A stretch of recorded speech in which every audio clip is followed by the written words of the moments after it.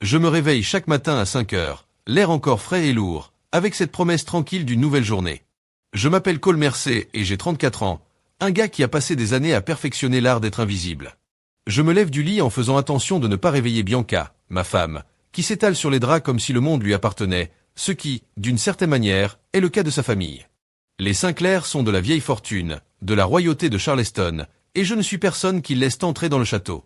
En bas, j'enfile mon jean et un t-shirt uni, je prends mes clés et me dirige vers mon café. Étant creusé, c'est un petit endroit, tout en briques apparentes et lumière chaude, niché dans un coin du centre-ville où les touristes errent et les locaux s'attardent. Les gens pensent que c'est toute ma vie, cette petite boutique avec sa machine à expresso bourdonnante et ses promotions au tableau. Ils me voient derrière le comptoir, un tablier noué autour de la taille, en train de faire cuire du lait à la vapeur ou d'essuyer les tables, et ils pensent que c'est tout. Je suis un barista avec un sourire décent et une main ferme. Le père de Bianca, Grégory Sinclair, m'appelle le garçon du café. Quand il se sent généreux, ce qui n'est pas souvent le cas, sa voix est toute grave et pleine de jugement, comme s'il crachait un mauvais goût à chaque fois qu'il prononçait mon nom. C'est un roi de l'immobilier, un homme qui construit des tours et achète la fidélité d'un simple mouvement du poignet. Et pour lui, je ne suis que le gars que sa fille a ramené à la maison un jour, un chien errant qu'elle a décidé de garder. Ça ne me dérange pas vraiment. Ça fait des années que je joue ce rôle. Calme, simple, sans prétention, c'est plus facile ainsi. Il ne pose pas de questions, ne creuse pas au-delà de la surface. Grégory ne s'est jamais demandé pourquoi je me plaignais pas des factures ou comment je faisais fonctionner le magasin sans lui demander l'aumône. Bianca n'a jamais remarqué les appels nocturnes que je reçois au bureau à l'étage, ni la façon dont je fais 4 courses qui durent des heures. Ils voient ce qu'ils veulent, un gars qui est doué de ses mains, qui connaît sa place, qui ne fait pas bouger leur petit bateau parfait. Et je les ai laissés. Je verse leur café au lait, pas lors de leur bavardage, et je garde la bouche fermée.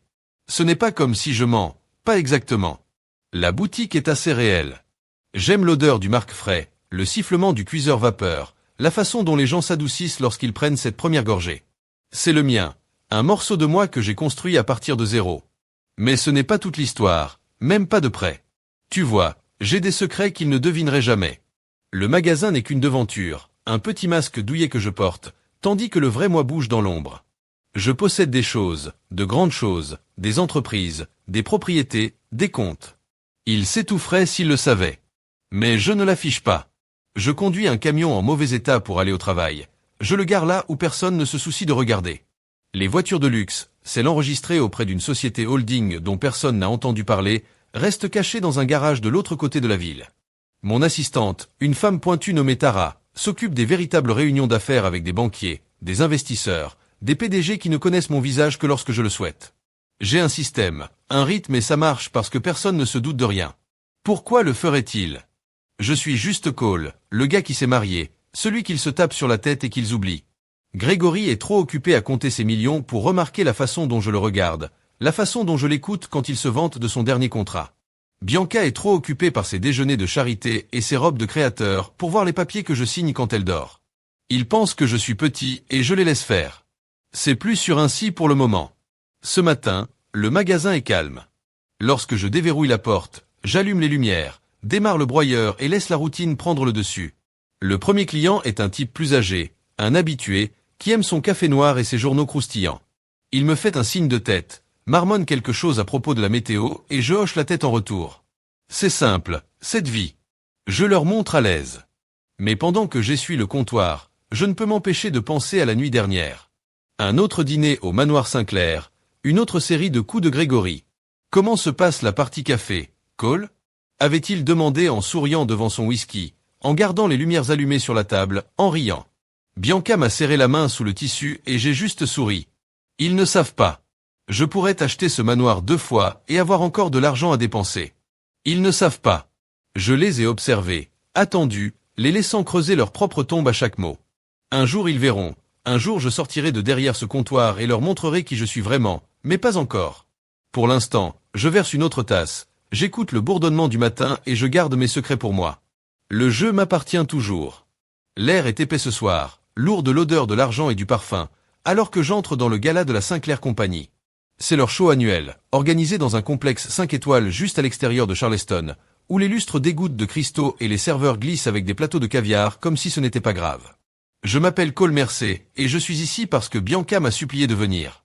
Elle est dans son élément, scintillante dans une robe argentée qui la serre comme une seconde peau.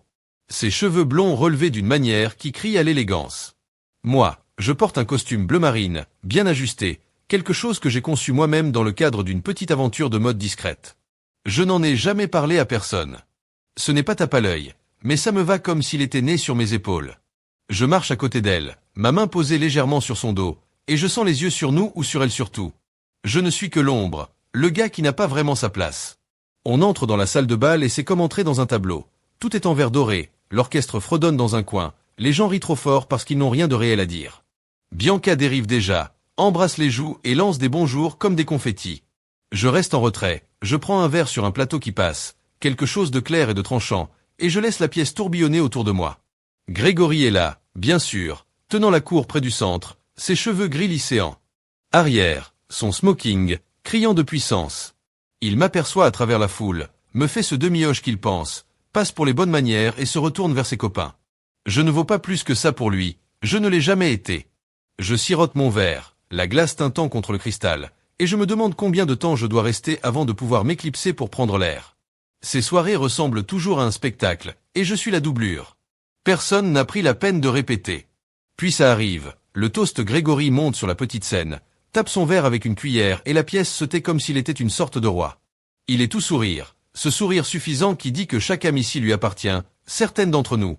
Il lance sa voix retentissante. Construisez des empires à partir de zéro. Nous gravons nos noms dans le monde, brique par brique. Il fait une pause, laisse les applaudissements se propager. Puis ses yeux me trouvent, les autres. Eh bien, ils servent des cappuccinos. Le rire frappe comme une vague traversant la foule, vif et cruel. Les cousins de Bianca rient derrière leurs mains. Un gars avec un nœud papillon applaudit comme si c'était la chose la plus drôle qu'il ait entendue toute l'année. Mes doigts se resserrent autour de mon verre, le froid me mordant la peau. Mais je ne bronche pas. Je souris à la place, petit, facile, comme si ça ne me dérangeait pas. Laissez-les rire, laissez-les penser que je suis la punchline. Ils le font depuis des années, et j'ai appris à le porter comme un deuxième costume. Je prends une lente inspiration, je sens la colère frémir au plus profond de ma poitrine, mais je ne la laisse pas paraître. Ils ne savent rien du tout. Ils ne savent pas que le costume que je porte vient d'une entreprise que je possède, une entreprise qui a reçu des commandes de New York à Miami. Ils ne savent pas. J'ai une participation dans la moitié des immeubles dont Grégory se vante, cachée sous des couches de paperasse et de faux noms, et ils ne le savent certainement pas. Je suis propriétaire de la banque qui maintient toutes ces opérations à flot en ce moment, Eastbridge Capital. C'est le mien. Chaque centime et les prêts d'urgence de Grégory sont assis sur mon bureau en attendant mon épinglette. Une signature. C'est tout ce qu'il faut pour débrancher la prise. Je pourrais en finir avec lui ce soir si je voulais voir ce visage suffisant s'effondrer lorsqu'il réalise qui tient les ficelles. Mais je ne le fais pas. Pourtant, je sirote à nouveau mon verre, laisse la brûlure glisser dans ma gorge et garde les yeux sur lui. Il sourit toujours, absorbant les applaudissements, inconscient du fait qu'il rôtit le gars qui pourrait l'enterrer. Bianca revient vers moi, son parfum doux et sucré, et glisse son bras sous le mien. « Ça va », murmure-t-elle d'une voix suffisamment basse pour que personne d'autre ne l'entende. J'acquiesce. Faites-lui un rapide sourire. Très bien, dis-je, et ce n'est pas un mensonge. J'ai vécu pire qu'une salle pleine de riches idiots qui se moquaient de moi. Elle serre mon bras et pendant une seconde je me demande si elle le sait, si elle a déjà soupçonné qu'il y a plus pour moi que le café et les hochements de tête discrets. Mais ensuite elle repart, entraînée dans un cercle de femmes avec des boucles d'oreilles en diamants et des faux rires, et je me retrouve seul avec mes pensées. La nuit s'éternise, tous les discours et toutes les bavardages, et je joue mon rôle, je serre la main, je fais des blagues, je fais croire que je suis inoffensif. Ils ne voient pas la façon dont je catalogue chaque mot, chaque sourire narquois. Ils ne savent pas. Je compte les secondes jusqu'à ce que je puisse bouleverser ce jeu. Alors que l'orchestre reprend, je finis mon verre et pose le verre avec force. Un jour, ils s'étoufferont avec ce rire. Un jour, ils verront qui tire réellement le épingle du jeu ici. Mais ce soir, je reste là, le beau soleil invisible, les laissant s'amuser. C'est une matinée tranquille chez Béan & Grund, le genre pour lequel je vis, la douce lumière du soleil se répandant à travers les fenêtres, l'odeur des grains de café frais moulus en quelque chose de chaud et de vivant. Je m'appelle Cole Mercé et cet endroit est mon sanctuaire, mon petit coin du monde où je peux respirer. Je suis derrière le comptoir, mon tablier sur du lait fumant pour un café au lait, tandis que quelques habitués discutent de la météo à une table près de la porte. Ils me font un signe de tête, je fais un signe de tête en retour et c'est facile, comme c'est toujours le cas. Les gens pensent que c'est tout ce que j'ai. Cette boutique cosy avec ses tabourets en bois et son menu manuscrit. Ils me voient essuyer la machine à expresso, m'entendent crier des ordres et pensent que je ne suis qu'un gars qui a eu la chance d'épouser Bianca Sinclair. Ils n'ont pas tort sur la chance, elle est belle, intelligente, le genre de femme qui illumine une pièce, mais ils ont complètement tort sur le reste. Cette boutique n'est pas toute mon histoire. C'est à peine une page. Il y a des années, j'étais un homme différent. J'avais une start-up. Rien d'énorme, juste une idée technique. Je cuisinais dans un appartement exigu avec trop de café et pas assez de sommeil. C'était une plateforme pour les petites entreprises, quelque chose pour les aider à suivre les ventes, à gérer les stocks et à garder les lumières allumées.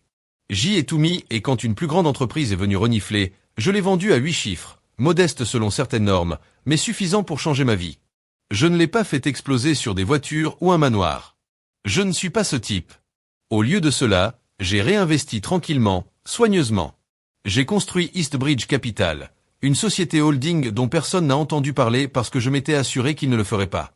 Il a mis la main sur des banques, des startups fintech, des transactions immobilières s'étendant sur 3 États. Je possède des morceaux du monde. Grégory Sinclair pense qu'il dirige et il ne le sait même pas. Mon nom n'est pas intentionnellement à côté du papier à en-tête. J'ai des gens comme Tara, mon assistante, qui dirigent le show devant pendant que je reste dans l'ombre. C'est la liberté que je voulais, pas la gloire, et cette configuration me l'apporte. Le café est venu plus tard. Je l'ai acheté sur un coup de tête après notre mariage avec Bianca. Un petit endroit qui était en train de s'effondrer jusqu'à ce que je le retourne. Ce n'est pas une façade, pas exactement. C'est réel, quelque chose que j'aime. J'aime le rythme, la façon dont le moulin bourdonne et les clients sourient lorsque je fais glisser leurs boissons sur le comptoir. C'est ma retraite, un endroit où je peux m'éloigner des costumes et des salles de réunion et avoir simplement froid. Mais c'est aussi ma couverture. Personne ne regarde à deux. Fois un gars qui boit un expresso toute la journée. Il ne se demande pas d'où vient l'argent, comment je peux payer la maison dans laquelle Bianca et moi vivons, ou pourquoi je ne bronche pas lorsque Grégory me lance ses insultes. Il voit le tablier et arrête de poser des questions. C'est parfait. Vraiment. Me permet de me déplacer dans leur monde sans qu'ils se doutent que je joue à un jeu plus important. Ce matin, en tendant un café noir à un gars en veste délavée, je pense à la façon dont tout a commencé lorsque j'ai vendu cette start-up. J'aurais pu faire du bruit, acheter un yacht, montrer l'argent, m'assurer que tout le monde connaissait mon nom. Mais ce n'est pas moi. J'ai grandi sans rien, juste une mère célibataire qui travaillait double pour nous nourrir. J'ai appris très tôt que le bruit vous fait remarquer, mais que le silence vous donne du pouvoir. J'ai donc construit mon empire brique par brique, silencieux comme un murmure, et je l'ai regardé grandir. Eastbridge n'est pas qu'un simple travail parallèle, c'est une machine. Les banques de taille moyenne me répondent. Les applications fintech que j'ai financées sont en tête des classements et les portefeuilles immobiliers grossissent mes comptes. Pendant que je suis ici à cuire du lait d'avoine, j'ai 3 gestionnaires de fonds spéculatifs sur ma liste de paix, des gars qui riraient s'ils me voyaient dans ce tablier. Parfois, je ris aussi en y repensant, comme lorsque le cousin de Bianca m'a souri la semaine dernière et m'a dit « Il fait d'excellents lattés ». J'ai juste souri et dit « Oui, j'ai également signé la paix de 3 gestionnaires de hedge funds ». Ils pensaient que je plaisantais. Ils le font tous. J'ai fini le café au lait, je l'ai glissé vers une femme avec un ordinateur portable et un sourire fatigué et je m'essuie les mains avec une serviette. Le magasin bourdonne maintenant. Un flux constant de gens viennent prendre leur dose du matin. J'y évolue comme je le fais toujours. Calme, stable, leur permettant de voir la version de moi avec laquelle ils sont à l'aise. Mais dans ma tête, je suis ailleurs. Je pense aux appels que je prendrai plus tard, aux deals. Terra est en train d'aligner les chiffres que je ferai à la fermeture du magasin. Cette vie que j'ai construite. C'est un exercice d'équilibre. Un pied dans leur monde, un pied dans le mien. Grégory pense qu'il est le roi, Bianca pense que je suis son mari doux et simple, et je les ai laissés. C'est plus sur ainsi, maintiens les pièces en place jusqu'à ce que je sois prêt à les déplacer.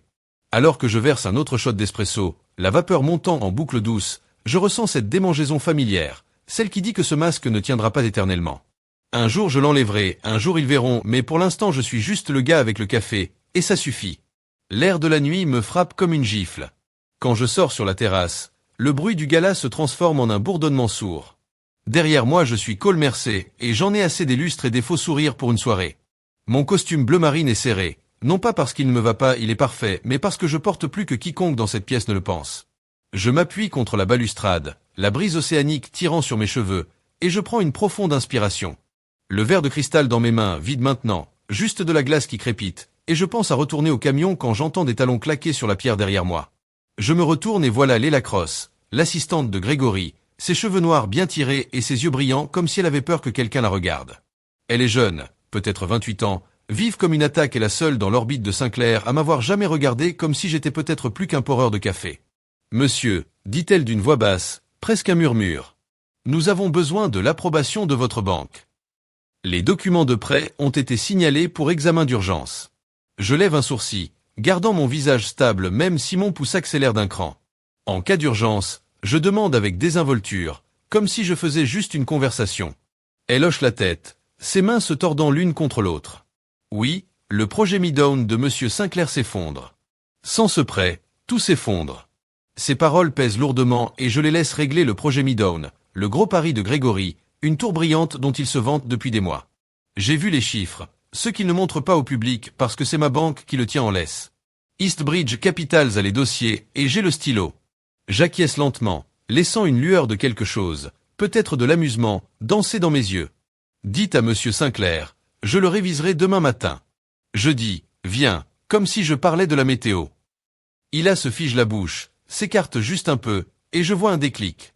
Ses yeux s'écarquillent, scrutant mon visage, comme si elle me voyait pour la première fois. Pas Cole, le gars du café, Cole, le PDG d'Eastbridge Capital, le gars qui pouvait claquer des doigts et couler son patron. Elle ne dit rien pendant une seconde, reste juste là et j'entends presque les engrenages tourner dans sa tête. Tu es. Elle commence, puis s'arrête comme si elle avait peur de finir. Je ne l'aide pas, je penche juste la tête et j'attends. Ok, dit-elle finalement en reculant d'un pas. Je vais lui dire. Elle se retourne et se dépêche d'enlever ses talons en cliquant plus vite maintenant et je me retrouve à nouveau seul avec la nuit. J'ai posé le verre sur la balustrade, la glace scintillant sous les lumières de la terrasse, et j'ai poussé une lente inspiration. C'est la première fissure dans le masque que je porte depuis des années. Ila est intelligente. Elle le découvrira, peut-être même le murmurera à quelqu'un d'autre, mais je ne suis pas inquiet. J'attendais un moment comme celui-ci, une chance de laisser éclater la vérité sans avoir à la crier. Grégory a des ennuis, et il ne le sait même pas. C'est moi qui tiens la bouée de sauvetage. Ce toast qu'il a porté plus tôt, celui où il m'a rôti devant ses amis chics, résonne dans ma tête. D'autres servent des cappuccinos, avait-il dit, et ils avaient ri. Maintenant c'est lui qui mendie et c'est moi qui décide. Je mets mes mains dans mes poches et regarde l'eau, les vagues qui roulent doucement et régulièrement. Je pourrais signer ce prêt ce soir. Maintenir son projet à flot. Laissez-le continuer à se pavaner comme le roi qu'il pense être, ou je pourrais le laisser tranquille. Laissez-le transpirer, laissez-le comprendre à quelle profondeur il s'est creusé. Eastbridge a le pouvoir ici et j'ai Eastbridge. C'est une sensation étrange de me tenir ici avec le vent dans le visage, sachant que j'ai un homme comme Grégory Sinclair par la gorge et qu'il ne le voit même pas encore. Je pense au magasin, aux matinées tranquilles, à la façon dont j'ai construit cette toute autre vie pendant qu'ils détournaient tous le regard. Le café est vrai. Je l'aime, je l'aimerai toujours, mais c'est la plus petite partie de moi. Ici, sous les étoiles, je ressens le poids de tout le reste, les banques, les deals, les millions que j'ai accumulés pendant qu'il riait. La réaction d'Ila me reste, même si ce regard dans ses yeux, le choque. Peut-être que le respect me dit que la donne change. Elle est la première à voir au-delà du tablier, et c'est comme si on sortait du nombre. Je me cache depuis trop longtemps. Je ne sais pas ce qu'elle va en faire. Courez vers Grégory, gardez le silence. Peut-être juste regarder et attendre. Ça n'a pas d'importance. Les graines sont plantées maintenant et je suis prêt à affronter tout ce qui pousse. Je reprends le verre, le roule entre mes doigts et je pense à demain. J'irai au bureau, pas au magasin, le vrai bureau et je sortirai ces papiers de prêt. Je vais m'asseoir à mon bureau, celui avec mon nom et mes cuivres, et décider de la suite des choses. Le destin de Grégory est entre mes mains et pour une fois je ne suis pas invisible. La fille bourdonne toujours derrière moi, mais ici, il n'y a que moi et la vérité. Je me souris, petit et vif, et je retourne à l'intérieur. D'une manière ou d'une autre. La matinée va être intéressante. Le soleil est à peine levé lorsque j'arrive sur le parking du bureau du centre-ville d'Eastbridge Capital, le moteur du camion grondant tandis que je l'arrête. Je m'appelle Cole Mercé, et aujourd'hui c'est le jour où j'arrête de jouer petit. Je sors mes bottes pour heurter le trottoir et tire ma veste vers l'avant. Rien d'extraordinaire, juste un blazer gris sur une chemise blanche. Mais c'est suffisant. Le bâtiment est élégant, tout en verre et en acier, le genre d'endroit dans lequel Grégory Sinclair se pavanerait sans hésiter, sauf aujourd'hui. Il vient vers moi et il n'a aucune idée de ce qu'il attend. Je franchis les portes d'entrée, l'air frais et vif à l'intérieur, et la réceptionniste, Emma, une femme absurde avec un chignon serré, lève les yeux de son bureau. Bonjour, monsieur Mercier. Dit-elle d'une voix douce. Professionnel, j'acquiesce en retour. Bonjour. Et continue de marcher. Mon nom est gravé dans les cuivres derrière elle. Cole Mercier, PDG. Mais la plupart des gens qui passent par ici ne le font pas le lien avec le gars en tablier de café. C'est comme ça que je l'ai gardé jusqu'à présent. Je suis à peine installé dans mon bureau. Grande fenêtre, bureau en bois sombre, vue sur Charleston au réveil. Quand Emma m'appelle, Monsieur Sinclair est là. Dit-elle à travers le interphone. Fais-le entrer. Je réponds en m'appuyant sur ma chaise. La porte s'ouvre une minute plus tard et il est là, Grégory Sinclair, entrant en trombe comme s'il était le propriétaire de l'endroit, le visage rouge, sa cravate un peu tordue, il a ce regard, de la colère mêlée de panique, et c'est presque drôle à quelle vitesse la couronne du roi glisse, il grogne, sans même me regarder, ses yeux se tournent comme ça. Il attend quelqu'un d'autre. La voix d'Emma vient de derrière lui, calme comme toujours. Tu as rendez-vous avec monsieur Mercier, se fige la tête, se tournant vers elle, dit-il comme si son nom était de mauvais goût. Oui, répond-elle sans visage, monsieur Cole Mercier, notre PDG. Elle ferme la porte en partant et le silence s'installe durement. Il se tourne alors vers moi, lentement, comme s'il se déplaçait dans la boue. Et je le vois au moment où son monde bascule. Son visage devient pâle, laiteux, blanc, et sa bouche s'ouvre mais rien n'en sort. Je me lève, décontracté, et fais le tour du bureau, les papiers du prêt à la main. Le gars du café, murmure-t-il, sa voix craquant comme de la glace. Je m'arrête, je croise son regard et je pose les papiers sur la table envers entre nous. Propriétaire, je dis ma voix, calme et ferme. Et ce gars du café vient de refuser ton prêt d'urgence. Je tape sur la pile, le timbre rouge refusé, je le regarde et je regarde sa mâchoire se serrer. De ses coups, ses sourires, ses cassougens. Je comprends que vous vous battez pour obtenir de l'argent parce que vos investisseurs se retirent, et je comprends que ma banque est la seule chose qui vous empêche d'une chute très publique. Ses yeux se plissent, mais il y a de la peur là-bas, vacillant derrière les fanfaronnades. Tu ne peux pas faire ça, dit-il en se rapprochant, ta famille. Je ris doucement, vivement, et ça l'arrête. Froid. Famille, je fais écho. Ma famille ne me fait pas rôtir devant une pièce pleine d'étrangers. La famille ne me traite pas comme un chien errant, Bianca, traînez ici. Tu ne m'as jamais vu, Grégory, pas une seule fois. Et maintenant c'est vous qui payez. Il cligne des yeux et je vois le changement. Il n'a pas l'habitude d'être de ce côté-ci de la table. Que veux-tu? Demande-t-il à voix basse, désespéré. Des excuses, de l'argent, nommez-le. Je secoue la tête, lentement, délibérément. Je ne veux rien de toi. Je dis, j'ai tout ce dont j'ai besoin ici. Je montre le bureau, les papiers, la vie que j'ai construite pendant qu'il était occupé à rire. Ce n'est pas une question de vengeance, c'est une question de respect, et vous n'avez rien à donner. Il regarde les quais de prêt refusés, les mains pliées, comme s'il voulait les attraper, les déchirer, faire disparaître tout cela, mais il ne peut pas. Tu me ruines, dit-il presque à voix basse. Non, je le corrige, tu as fait ça toi-même. J'ai juste arrêté de te sauver. Je retourne à ma chaise, m'assois et laisse le silence s'étendre. Il est toujours là, un homme qui a passé sa vie à dominer tout le monde et maintenant il rétrécit sous mes yeux. Vous avez 24 heures pour trouver une autre bouée de sauvetage. Je lui dis en ramassant une épingle, comme si c'était juste un autre jour. East Bridge en a fini avec vous. Il ne bouge pas au début, se contente de regarder fixement, puis se retourne et s'en va, lourdement vaincu. La porte se ferme et je me penche en arrière, le poids de tout cela s'installe. Je ne suis plus invisible, ni pour lui, ni pour quiconque y prête attention. Les masques sont enlevés, et ça fait du bien comme une respiration que je retiens depuis trop longtemps. Je regarde les papiers, le cachet rouge brillant, et je pense au gala, au toast, au rire. Ils ne riront pas maintenant, pas quand ils verront qui dirige vraiment le spectacle. Je suis assis dans mon bureau à East Bridge Capital sous le soleil de l'après-midi, coupant des lignes nettes sur le bureau lorsque Grégory revient.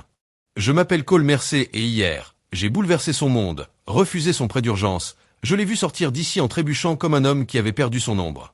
Maintenant, il est de retour devant ma porte et ce n'est plus le même gars qui l'a attaqué auparavant. Sa cravate est toujours de travers, ses cheveux sont un peu ébouriffés et il y a un désespoir dans ses yeux que je n'ai jamais vu. Il n'attend pas d'invitation, il entre, ferme la porte et commence à parler. Cole, dit-il d'une voix rauque, comme s'il n'avait pas dormi. Tu ne sais pas ce que tu fais. Cela détruira mon entreprise. Je me penche en arrière sur ma chaise, les doigts croisés, et je le laisse partir. Il fait les 100 pas maintenant, agitant les mains, lançant des chiffres, des bénéfices projetés, des noms d'investisseurs, des échéanciers, comme s'ils allaient me faire changer d'avis. Je ne bronche pas, ne l'interromps pas, regarde-le simplement se défaire. Il s'arrête, pose ses mains sur la table et me regarde vraiment, pour peut-être la première fois depuis que j'ai épousé Bianca. Je l'ai construit à partir de rien, dit-il d'une voix brisée. 40 ans, Cole. 40 ans de sueur, de deals et de nuits blanches. Tu ne peux pas couper l'herbe sous le pied comme ça. J'acquiesce lentement, comme si j'y réfléchissais, mais j'ai déjà vu les fichiers. L'analyste d'Eastbridge a déchiré ses livres hier soir. Chaque transaction, chaque prêt, chaque démarche louche qu'il a entreprise pour maintenir son empire à flot. Peut-être auriez-vous dû être plus prudent, je dis mon ton encore plus calme, plus prudent avec vos insultes publiques et vos livres. Je fais glisser un dossier sur la table. Des drapeaux rouges marqués à l'encre vive, des actifs fantômes, des dettes, mélangées comme un jeu de coquilles. Ce n'est pas un oubli, Grégory, c'est une fraude. Son visage se détend comme si je lui avais arraché l'air. Il attrape le dossier, l'ouvre et scanne les pages, des pages qu'il sait être vraies parce qu'il les a préparées lui-même. Où as-tu eu ça, marmonne-t-il. Mais ce n'est pas une vraie question. Il sait que mes gens font bien leur travail, je lui dis, meilleur que les tiens, apparemment. Il laisse tomber le dossier, se laisse tomber sur la chaise en face de moi et passe une main sur son visage.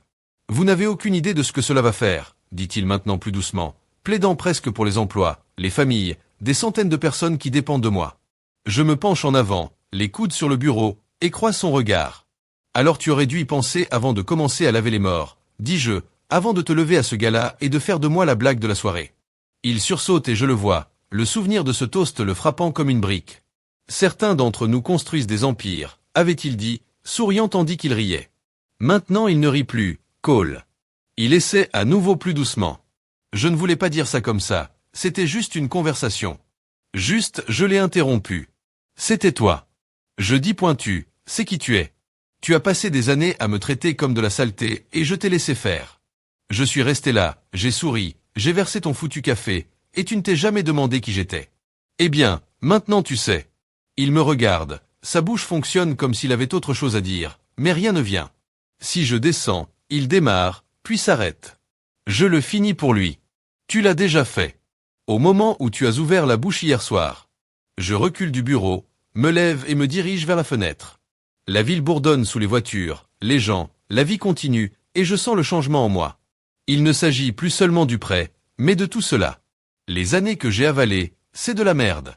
La façon dont il m'a regardé comme si je n'étais rien. Je me retourne et il est toujours assis là, dégonflé, un roi sans trône. Tu as le choix, dis-je, même si je sais qu'il ne vend pas vraiment ce qu'on peut appeler des faveurs, trouve une autre banque assez stupide pour te toucher, mais Eastbridge, nous sommes dehors. Il ne bouge pas, il regarde juste le sol et je me demande s'il le voit enfin. Le trou qu'il a creusé, celui dans lequel je ne grimpe pas pour le sortir. J'aurais pu signer ce prêt, j'aurais pu garder sa tour debout. Qu'il garde sa couronne. Mais pourquoi? Il pourrait me retirer à nouveau l'année prochaine, pour pouvoir continuer à prétendre que je suis inférieur à lui. Non, j'ai construit mon propre empire, calme et fort, et je n'ai pas besoin de son approbation pour dormir la nuit. Tu as jusqu'à la fin de la semaine. Je lui dis en retournant à ma chaise. Après quoi les créanciers viendront frapper à la porte. Bonne chance. Il me regarde alors et il y a quelque chose de cru dans ses yeux, de la peur, peut-être du regret, mais il est trop tard pour ça. Il se lève lentement, comme si ses os lui faisaient mal, et se dirige vers la porte. Ce n'est pas fini, marmonne-t-il, mais c'est faible. Un dernier soupir. Ouais, ça y est, dis-je, et il est parti. Je me rassis, les dossiers toujours ouverts sur la table, et je laisse échapper un long soupir. L'empire est en train de craquer, le sien, pas le mien, et c'est moi qui ai brandi le marteau. Ça semble lourd, mais c'est vrai. J'ai été invisible trop longtemps, et maintenant les morceaux tombent là où ils doivent être. Grégory n'est pas le seul à ressentir cela, Bianca le prochain, ainsi que la famille et le monde hors de ses murs. Mais pour l'instant, c'est juste moi dans le calme, et ça me va. Je suis à la maison quand tout s'écroule, assis dans la cuisine avec une bière. Je n'ai pas touché la bouteille, en sueur sur le comptoir.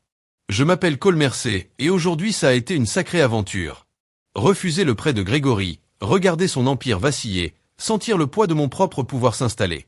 La maison est calme, trop calme, jusqu'à ce que la porte d'entrée s'ouvre et que Bianca fasse irruption. Cheveux, yeux lâches, sauvage, ses talons claquant brusquement contre le bois dur. Elle sait que je peux le dire avant même qu'elle ouvre la bouche. Elle laisse tomber son sac par terre, me regarde comme si j'étais un étranger et dit « Tu as fait ça ». Sa voix est tendue, tremblante, et je ne fais pas l'idiot. Ouais, je dis viens, en rencontrant son regard. Je l'ai fait. Elle arpente les mains, vole vers ses hanches, puis vers ses cheveux, puis Puis de nouveau. Mon père m'a appelé, dit-elle. Ces mots se répandent rapidement. C'est un désastre, Cole. Un désastre. Il a dit que tu étais propriétaire d'une banque, que tu as tué son prêt, que tu détruisais tout. Est-ce vrai? J'acquiesce lentement et prends une gorgée de bière juste pour me calmer. C'est vrai. Je lui dis, Eastbridge Capitales, le mien l'est depuis des années. J'ai refusé son prêt parce qu'il truquait ses livres, une fraude à la Bianca, le genre qui ne fait pas que lui faire du mal, ça fait mal à tout le monde qui lui est lié. Elle s'arrête rendre les choses, elle me regarde et que vous avez tout cela, et je ne le mette pas. Moi qui je devrais être. Elle secoue la tête rapidement, comme si elle essayait de faire oublier mes mots. Tu m'as menti, dit-elle plus fort maintenant. Pendant tout ce temps, je pensais que tu n'étais qu'un gars de café, mon mari, le gars doux et simple qui m'a épousé, et tu es quel milliardaire, un roi secret. J'y suis allé.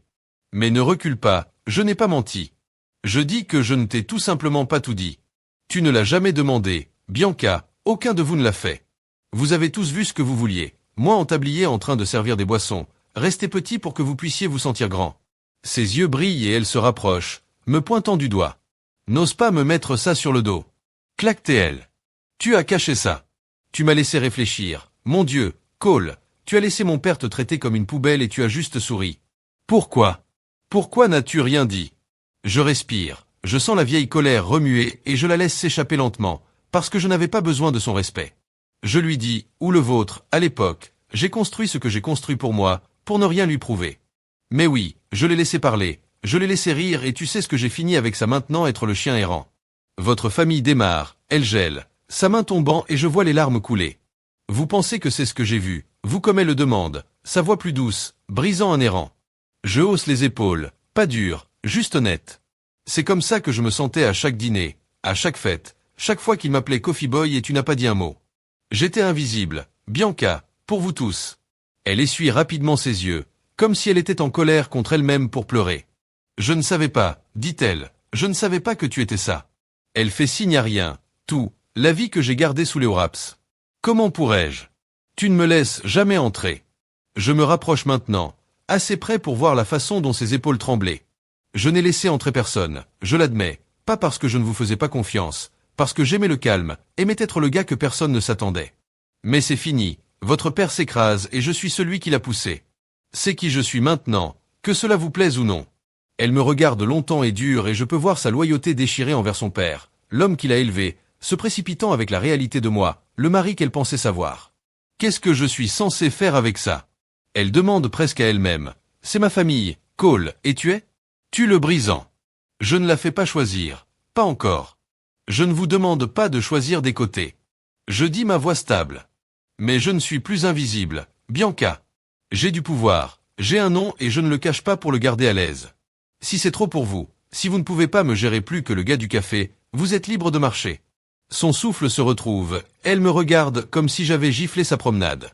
Elle raisonne, vous me laisseriez partir comme ça. Je hoche la tête lentement si c'est ce dont vous avez besoin. Mais si vous restez, c'est avec le vrai moi. Plus de prétention de ne pas répondre, se retourne et attrape son sac, ses talons en cliquant alors qu'elle se dirige vers les escaliers. Je ne l'arrête pas, n'appelez pas. La porte à l'étage se ferme et je suis à nouveau seul. La bière est encore froide dans ma main. Je m'assois, je prends un long verre et je me sens le réglage calme. Elle est secouée. Je comprends ça. Son monde entier est incliné et je suis celui qui l'a secoué.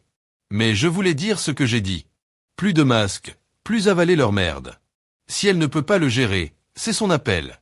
Pour l'instant, j'ai mon propre gâchis à trier. Les retombées de Grégory, l'entreprise, la vie que j'ai construite. La famille craque et je suis au centre. Mais je ne recule pas, plus maintenant. Je me tiens dans mon bureau à Eastbridge Capital en regardant par la fenêtre alors que la ville bourdonne en dessous.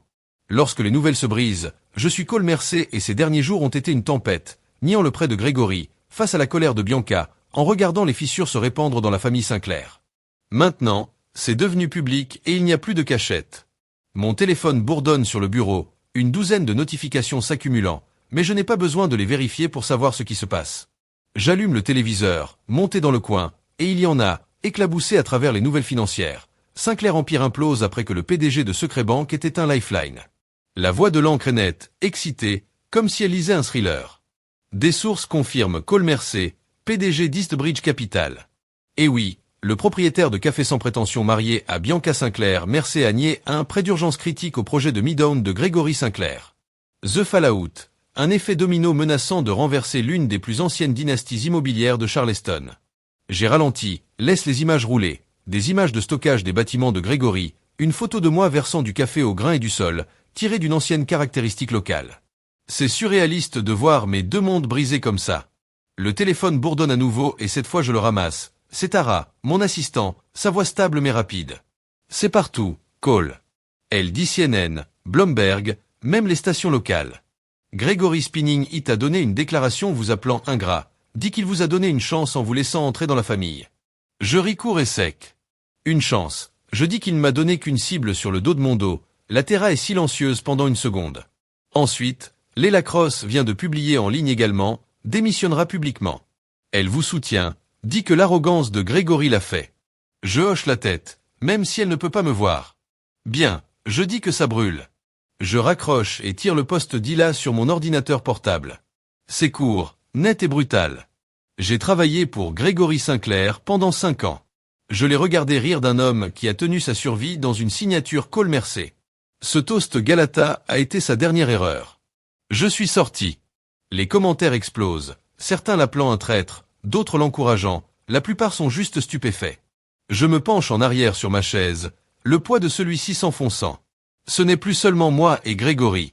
C'est un calcul, fort et public, et je suis le gars qui a allumé le match. Gregory est en train de se précipiter, essayant de me peindre comme le méchant. Mais ça ne reste pas. Pas avec les paroles d'Ila là-bas, pas avec la vérité qui s'infiltre à travers les mailles qu'il ne peut pas cueillir. Je descends en bas en ayant besoin d'air et entre dans le hall, tout comme un journaliste me repère à travers les portes en verre. Elle est jeune, impatient, poussant un micro. Le second je suis dehors, Monsieur Mercé. Elle appelle tout commentaire sur l'effondrement de Sinclair sur votre rouleau. Je m'arrête, la regarde et je reste simple. Gregory a fait ses choix. Je dis que j'ai fait le mien, c'est tout. Je passe avant qu'elle ne puisse suivre, se dirigeant vers mon camion, les rues bourdonnantes, les gens jettent un coup d'œil, chuchotant les téléphones, comme si j'étais une sorte de célébrité. J'ai passé des années à me fondre, et maintenant je suis le gars qu'ils ne peuvent pas arrêter de regarder. C'est étrange, mais je ne déteste pas ça. Pas encore de retour à la maison, la télévision est toujours allumée lorsque je marche à Bianca, nulle part en vue. Elle est distante depuis notre combat, dormant dans la chambre d'amis, m'évitant comme si j'étais une bombe. Elle ne s'est pas diffusée. Je ne la blâme pas. C'est beaucoup. Et elle est prise au milieu. La nouvelle cycle à nouveau la déclaration de Gregory, sa voix coupée et amère. J'accueille Cole dans ma famille, lui a donné une chance et c'est ainsi qu'il me rembourse. Je l'éteigne, malade de ses mensonges. Il ne m'a rien donné. Je l'ai pris, je l'ai construit, l'ai gagné. Alors qu'il était occupé à rire du téléphone, le numéro local, probablement un autre journaliste, et je l'ai laissé aller à la messagerie vocale. J'ai fini de parler pour le moment. Le monde en a assez à mâcher plus tard. Je conduis au café ayant besoin de quelque chose de normal. Les habitués sont là pour siroter leur boisson, mais ils me regardent, différents, curieux, peut-être impressionnés. Le vieil homme Joe, qui arrive depuis toujours, décroche son papier et sourit. Entendu, tu es un gros coup maintenant, Cole ? Dit-il. Je hausse les épaules, verse-lui une recharge. Juste un gars avec une cafetière, dis-je et il glousse. Mais ce n'est pas la même chose et je le sais. Les masques et le calcul sont ici, les empires de Gregory s'effondrent, les créanciers qui tournent, les projets de calcul, et je suis le nom des lèvres de tout le monde. J'aurais pu rester silencieux, garder le précoulant, le laisser garder son trône. Mais je ne l'ai pas fait. Je suis monté, et maintenant le monde sait qui je suis. Je m'enregistre tard, la boutique, sombre et immobile, et je m'assois au comptoir avec une tasse froide. Je ne bois pas. Le message de Léla continue de courir dans ma tête. Il a ri d'un homme qui a tenu sa survie en une signature. C'est ça, juste là. Gregory pensait qu'il était intouchable, pensait que je n'étais rien. Maintenant, il se précipite et je me tiens debout. Le public regarde, juge, cueille des côtés, mais je me fiche de ce qu'ils pensent. Ce n'était jamais à leur sujet. Il s'agissait de moi, de respect, de reprendre ce que je le laissais voler à chaque fois qu'il ouvrait la bouche.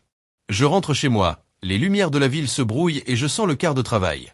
Le barista est parti, le roi ici, et je ne reviens pas dans l'ombre. Je suis assis à mon bureau à Eastbridge Capital, la lumière du matin inclinée à travers les fenêtres. Lorsque Tara entre avec une pile de papier et un sourire, je suis Cole Mercé. La semaine dernière a été un tourbillon. L'empire de Grégory s'écrase, les nouvelles faisant exploser mon nom partout. Il est maintenant temps d'aller de l'avant.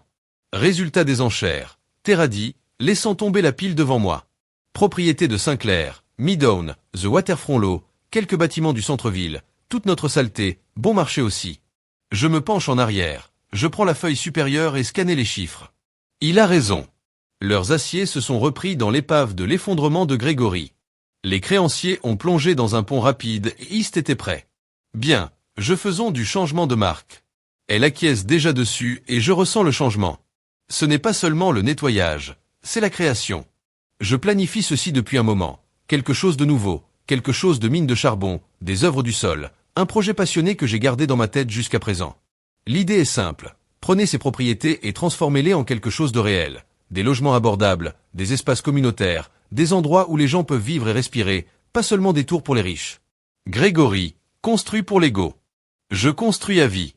Je passe la matinée à l'esquisser. Des appartements de faible hauteur avec des toits verts, un centre communautaire avec une garderie, peut-être un parc où les enfants peuvent courir. Terra. Au téléphone avec des architectes, des développeurs, des personnes qui l'obtiennent à midi. Nous avons un plan qui roule et ça fait du bien. Mieux que de regarder Grégory folle, mieux que de prouver un point. C'est ce que je voulais, le pouvoir qui fait quelque chose, pas seulement prend. Je ne me cache plus. Le café est toujours à moi. Je suis là le lendemain versant de l'expresso, des comptoirs d'essuyage. Mais c'est différent maintenant. Les gens savent qui je suis. Des habitués comme Joe grimpent plus largement, des étrangers s'attardent, posant des questions. Entendu que tu es une sorte de magnate? Un gars dans une casquette de balle dit en sirotant son café noir. Je hausse les épaules, souris, juste un gars qui a eu de la chance. Je lui dis. Mais il ne l'achète pas. Le tablier est toujours allumé, mais le masque est éteint et je suis d'accord avec ça. Ensuite, l'appel vient Forbes Local Legends, un magazine que j'ai retourné à la boutique. Nous voulons votre histoire, dit l'éditeur, sa voix brillante. De barista au milliardaire, les gens le mangent. J'hésite et dis oui, pourquoi pas? J'ai passé des années dans l'ombre, pourrais tout aussi bien entrer dans la lumière. L'interview est rapide par téléphone et je le garde honnête. Je lui raconte la start-up que j'ai vendue les années de calme en construisant Eastbridge le café comme ma couverture. Pourquoi tu restes silencieux? Je demande. Je fais une pause, je pense que je le fais pas. Compte tenu du fait que les retombées de Sinclair soient impatientes. Souriant doux avec une ligne d'horizon derrière moi. Je ne pousse pas, laissez-la comprendre. Le monde est fort maintenant, mais je m'installe à nouveau dans le calme, un type différent. Je me rends sur l'un des sites d'enchères. Cet après-midi-là, un lot délabré, une fois se sont vantés à propos de ces mauvaises herbes vides qui poussent à travers du béton fissuré. Mais je le vois, des appartements, des familles, de la vie. Je marche sur le périmètre, les bottes se craquant et je sens le poids. C'est le mien, pas le sien. Je ne suis plus le gars du café, pas le gendre invisible, je suis celui qui construit quelque chose de nouveau et ils ne peuvent pas rire. La boutique est occupée. Plus tard, une ligne à la porte et je suis au cœur de celle-ci, à la vapeur du lait, tirant des coups de feu, en plaisantant avec les clients. Un enfant demande mon autographe, en tenant la couverture de Forbes, et je ris, signez-le avec un marqueur du tiroir. Vous êtes célèbre, dit-il, souriant. Peut-être que je lui dis de glisser son chocolat chaud. Nous avons juste de la chance. Mais c'est plus que de la chance. C'est des années de travail, de regarder, d'attendre le bon moment. Grégory est parti, silencieux, les créanciers ont pris ce qui restait, sa bout de nom. Mais je ne me réjouis pas, je n'en ai pas besoin. Le calcul est terminé, et je suis toujours debout. Night Falls et moi verrouillons la boutique. Sombre et immobile. Je m'assois au comptoir, le magazine s'ouvre devant moi et j'ai relu le titre, Milliardaire. C'est réel maintenant, pas seulement des chiffres et un compte. J'ai du pouvoir, une voix, une chance de faire quelque chose de bien. Cold Groundworks n'est que le début. Plus de projets, plus de changements. Je ne suis pas forte à ce sujet, je n'ai pas besoin d'être le monde qui regarde, mais je suis toujours moi, calme, stable, le gars qui sait attendre. Je retourne les lumières, rentre chez moi et je sens le calme s'installer. Ils ont ri une fois, maintenant ils voient. Et je commence juste. C'est une soirée fraîche quand je suis à la haricot et à mourir la boutique, en baisse après une journée bien remplie. Je suis Cole Mercé et les derniers mois ont été un trajet. L'effondrement de Grégory, les retombées publiques, la construction, les terrains de charbon des cendres. Maintenant, je suis ici derrière le comptoir en versant un cappuccino pour un vieil homme qui a le nez dans un livre. La mousse tourbillonne juste et je la glisse avec un signe de tête. Il marmonne un remerciement, ne lève pas les yeux et je me souris. Cet endroit ressemble toujours à la maison, même avec tout le reste qui tourne autour de moi. La porte carillonne et je regarde vers le haut, Bianca debout là. Pas d'entourage, pas de flash, juste elle dans un manteau simple et un jean. Ses yeux sont doux, un peu rouges, et elle se tient comme si elle n'était pas sûre qu'elle soit la bienvenue. J'essuie mes mains sur une serviette, je garde mon visage stable et j'attends. Elle se rapproche, s'arrête au comptoir et me regarde. On dirait vraiment qu'elle me voit pour la première fois depuis des semaines. Tu n'étais jamais petit. Elle dit que sa voix basse se brise presque.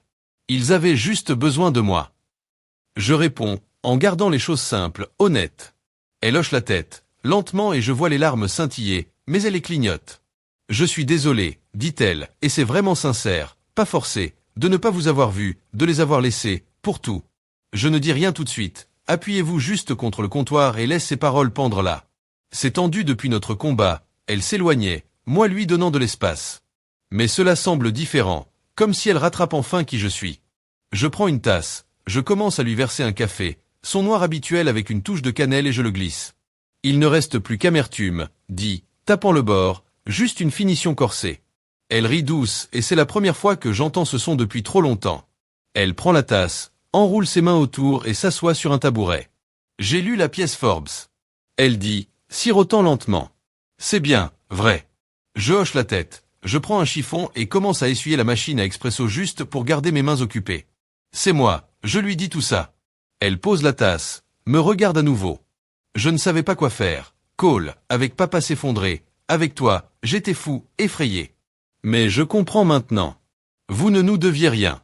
J'arrête d'essuyer, je me penche sur le comptoir en face d'elle. Je ne l'ai pas fait pour te faire du mal, dis-je, ou même lui, c'était à propos de moi, de ne plus être le gars qu'ils ont marché. Elle hoche la tête, ses doigts traçant le bord de la tasse. Il est devenu silencieux. Elle dit, a vendu la maison, déménagé dans un endroit plus petit. Il ne se bat plus. Je ne dis rien à ça, laissez-le reposer. Grégory a terminé, et je n'ai pas besoin de lui donner un coup de pied pendant qu'il est en panne. Et nous, je demande, en gardant ma voix. Même. Elle lève les yeux, tient mon regard. Je ne veux pas marcher. Dit-elle. Je veux essayer avec vous, vous tous, pas seulement le gars du café. Ce n'est pas une promesse, pas une solution, mais c'est quelque chose.